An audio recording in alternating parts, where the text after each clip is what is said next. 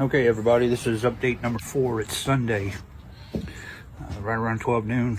As of an hour ago, the railroads are starting to not take freight, refrigerated freight. They are starting to leave that right where it sits. They're not taking it for fear that it's going to be left on the train, which is going to basically just take a car and nobody's going to be there to offload it. So the railroads are started to say we're not taking the freight. There's still no talks. This strike is going to happen. Biden is not going to step in. He can't step in because the port people are backing Biden. So he cannot step in. The unions did not endorse a candidate, but they did not endorse him or Trump. The workers overwhelmingly endorsed Trump, but the small percentage, the 39% union workers that did support Harris, if they are forced to go back to work by Biden, Harris is going to lose their support because he's basically going to tell them, we don't care, get your ass back to work, and they're not going to do that. So if he does step in, some last minute Hail Mary, Harris will lose the support of 39%, I believe it is.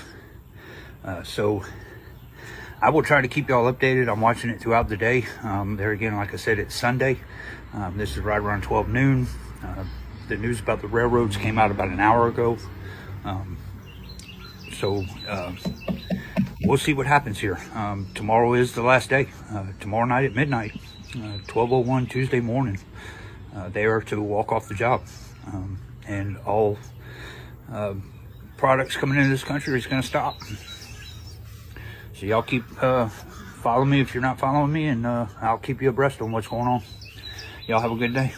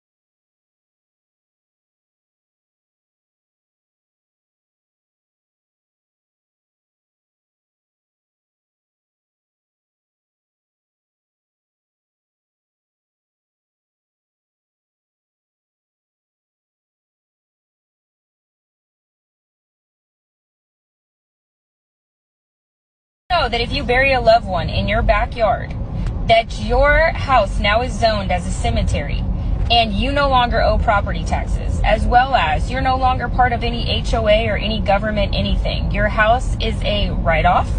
It's tax-free on any upgrades to your house, and they can never take your house after that. Generational wealth. It doesn't matter if you default on your mortgage or anything like that. They can never take your house from you, ever. They can't take it from your kids. They can never take it. So think about this. Back in the day when you watch things like Wyatt Earp and the movies, they go out back and they bury, their loved ones in their backyard. When did cemeteries become a thing, right? Probably around the first war, when we needed money and we instilled war taxes, property taxes, all the bullshit, right? So cemeteries became a thing. Why?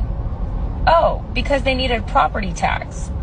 And they wanted you to pay a lot for funerals. When people used to just do cardboard and, bury people 6 feet under and put them close to their house. But now they have you pay for a plot of land, pay for a tombstone, pay for a casket, put you in debt basically for a funeral, to put your loved one on a property that's not yours. Because if you put them in your backyard, then you no longer owe property taxes and your house is no longer owned by the government.